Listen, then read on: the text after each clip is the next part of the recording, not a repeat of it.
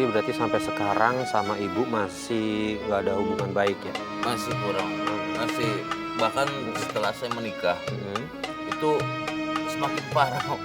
Semakin parah? Semakin parah. Boleh Itu diceritain kenapa? fitnahan, adu domba gitu.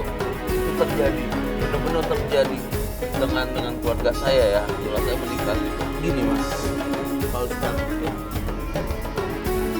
pernikahan saya itu sempat ibu saya bilang sampai mati pun tidak merestui, tidak akan mengaku apalagi.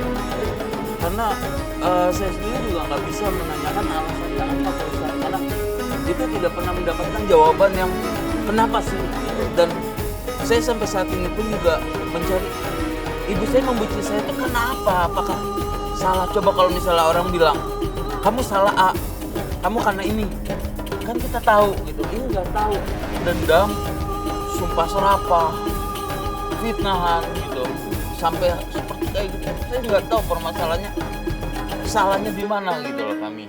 Contoh fitnahnya itu seperti apa yang Mas Dery rasakan itu, yang dilakukan sama ibu Mas Dery? Yang pernah itu istri saya itu pernah ngomong bahwasanya malas katanya santai-santai di rumah. Bahkan dia juga selingkuh. Kenapa kamu nggak marah? Sampai itu pernah diomongin. Tapi saya tuh jadi saya tuh ribut sama istri. Saya bingung saya harus pakai nama mana gitu kan. Sedangkan pas saat terjadi fitnah itu hubungan saya mungkin ibu tuh ngedeketin saya hanya untuk ngancurin sebetulnya.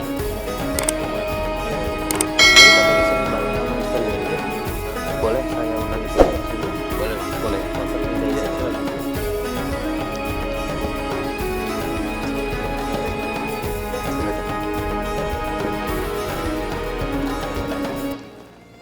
Baik, dengan Mbak siapa? Saya Yuni. Mbak Yuni. Oke, Mbak Yuni, saya dengar. Cuma mau konfirmasi aja bagian dari tabayun, karena suaminya Mbak Yuni, Mas Dery ini bilang kalau dia itu ada masalah sama ibunya, bahkan ibunya sumpah serapah sama dia, nyumpahin dia, kehidupannya tidak harmonis dengan baik pada saat sebelum menikah ataupun setelah menikah. Dan Mas Dery bilang kalau sempat ada fitnah di situ. Apakah betul? Betul Mas. Jadi sebenarnya dari awal saya bertemu dengan Mas Dery itu udah tahu. Mas Dery sempat kasih tahu. Cuma saya nggak menyangka bahwasanya hubungan mereka tuh separah itu gitu. Dengan mertua saya itu separah itu. Artinya sebelum menikah Mbak Yuni sudah tahu, sudah cerita Mas Dery? Sudah sedikit banyak sudah tahu karakter tentang ibu gitu. Ada masalah juga sudah tahu. Tapi saya nggak pernah menyangka memang separah itu ternyata. Ya mungkin ini efek dari permasalahan intern mereka sebenarnya. Tapi itu mau nggak mau juga berpengaruh ke akhirnya ke rumah tangga kami. Gitu. Banyak hal-hal yang sepertinya ibu mertua saya tuh memang benar-benar nggak menginginkan kami ini bahagia. Baik, tadi saya dengar katanya bahwa difitnah kalau Mbak Yuni selingkuh, katanya begitu ya. Iya. Selain tuduhan selingkuh, ada fitnah lain nggak yang menurut Mbak Yuni itu tidak benar? Ya banyak Mas, apa yang dilakukan sama ibu mertua tuh rasanya apa ya? Kok saya baru ketemu juga dengan ibu seperti ini gitu. Dari mulai saya sering diadu domba ketika Mas Dery lagi di luar, terus tiba-tiba pulang tuh sama ibu dihasut bahwasanya ya saya ini di rumah nggak pernah ngerjain apa-apa, padahal seharian itu saya udah kerjain itu semua saya gitu kan. Terus yang terlebih lagi ibu memfitnah saya selingkuh gitu, dan ternyata justru yang lebih parahnya lagi yang dijadikan selingkuhan saya justru itu rencana dari ibu sendiri. Artinya laki-laki ini main ke rumahnya Mbak Yuni begitu? Iya. Iya. Nah, terus kemudian setelah main, kemudian Mas Dery mergokin seperti itu? Iya seperti itu. Kayak dijebak gitu. Kami memutuskan untuk keluar dari rumah. Keluar dari rumah itu? Iya. Gitu. Dan di situ pun juga terus terang Mas Farid, saya juga baru tahu bahwasanya kok sampai segininya. Itu kita udah enak Pak Ustadz, udah tinggal tempat sendiri gitu ya. Ternyata bukan kita yang diusik, tapi yang punya rumah yang kita tempatin ya. Bisa Itu begitu, bisa gitu. difitnah, dihasut sampai Dihasut akhirnya juga. kita Dihasut dikeluarkan dari juga. situ. Oke. Aku aja kamu. Laki-laki siapa lagi tuh yang kamu bawa-bawa ke sini? Bu, aku gak pernah selingkuh, Bu. Sumpah demi Allah, Bu, aku gak pernah. Jangan bohong sama orang tua kamu. Ngaku aja siapa laki-laki itu? Gak, Bu, aku gak pernah selingkuh demi Allah, Bu. Ngaku aja sama ibu. Bu, ini ada apa sih teriak-teriak malu sama tetangga, Bu? Gua tanya istrimu yang tidak selingkuh itu. Gak, Mas. Sumpah demi Allah, Mas. Aku gak pernah selingkuh, Ibu. Bohong, Mas, Ibu. Bu, apa buktinya Bu kalau Jumi selingkuh? Kamu kok gak percaya sama ibu sih? Minta bukti lagi. Tahu sudah benar-benar istrimu itu selingkuh. Bu, aku gak bakal percaya selama Ibu tidak memberikan bukti, Bu. Ngapain kamu tanya bukti? Tanya ini istrimu. Kamu gak percaya sama ibu. Saya gak bakal percaya, Bu. Kalau kamu gak percaya, lebih baik kamu keluar dari rumah ibu. Jangan bawa barang-barang ibu. Keluar, bawa barangmu keluar. Oke, Bu. Aku bakal pergi dari sini. Pergi sana. Ibu gak sudi punya anak kayak kamu. Ayo, sayang. Dasar Ayo, anak ayo. durhaka kamu. Pak Ustadz, apa yang dilakukan sama ibunya Mas Dery atau mertuanya Mbak Yuni ini sudah sedemikian mencampuri urusan rumah tangga orang, bahkan mereka menduga ibunya sudah men-setting membuat ini menjadi sesuatu hal agar mereka bisa pisah agar tidak bahagia. Gimana Pak Ustadz? Dan ini kan kenapa begini? Karena berawal dari tadi itu kasus yang di awal tadi akhirnya kemudian terbawa semua. Tapi ada satu hal yang selalu kita nasihatkan pada para anak. Kata hadis Nabi, birru abaakum tabirru abnaakum. Berbuat baiklah kepada kedua orang tuamu, niscaya nanti kelak anak-anakmu akan berbuat baik kepada kamu. Jadi ada timbal baliknya di suatu saat nanti ketika kita berbuat orang tua. Nah, muncul pertanyaan kan bagaimana cara berbuat baik pada seorang ibu yang ibu sendiri juga dalam tanda petik durhaka atau melakukan kemungkaran kepada anaknya tadi itu.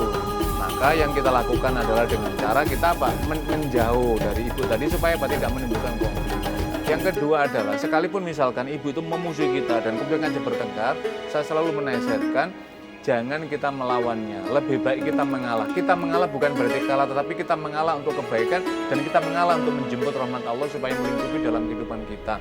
Sebab kalau kita melawan, maka apa yang terjadi pada suatu saat tertentu, kemudian akhirnya misalkan orang tua itu dalam keadaan lemah, maka kenapa yang terjadi? Allah tidak merelakan itu terjadi. Allah tetap merelakan bagaimana kedua orang anak, hubungan anak dan orang tua ini tetap baik.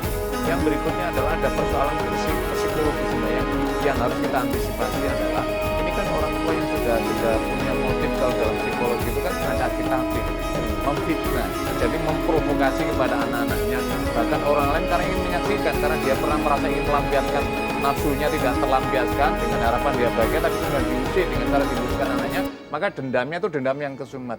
Tetapi ketika orang melakukan dendam kesumat, maka sesungguhnya bukan pelampiasan kebaikan didapat, tapi justru akan menghancurkan dirinya sendiri. Itu tadi itu lama-lama, karena itu pada para ibunda yang masih mendengarkan ini kembali kepada jalan Allah. Sebab anak ini ingin terus berbaik.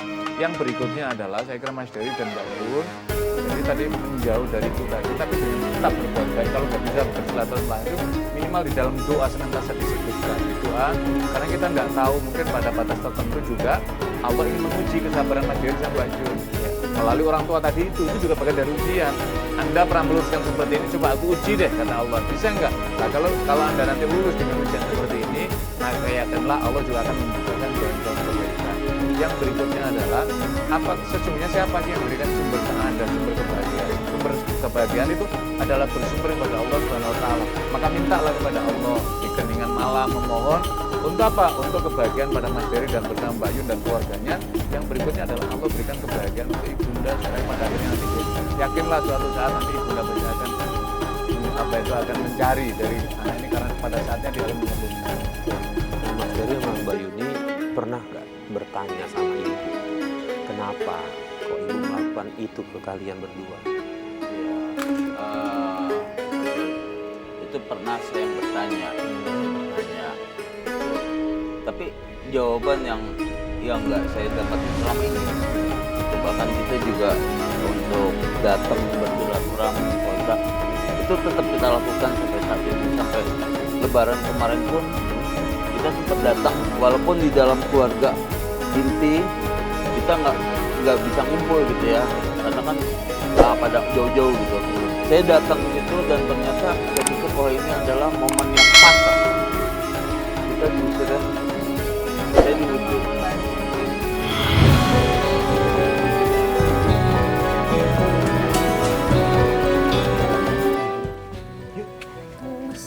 Mas yakin ibu bakal terima kita?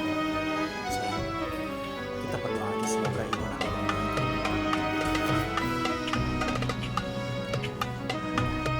Assalamualaikum, Bu. Waalaikumsalam. Ngapain lu kesini? Udah, ibu nggak butuh kalian. Mau lebaran kek, mau apa kek, ibu nggak percaya sama kamu. Kamu anak durhaka sama ibu. Tapi baik, Bu. Nggak, ibu nggak butuh kamu. Anak durhaka.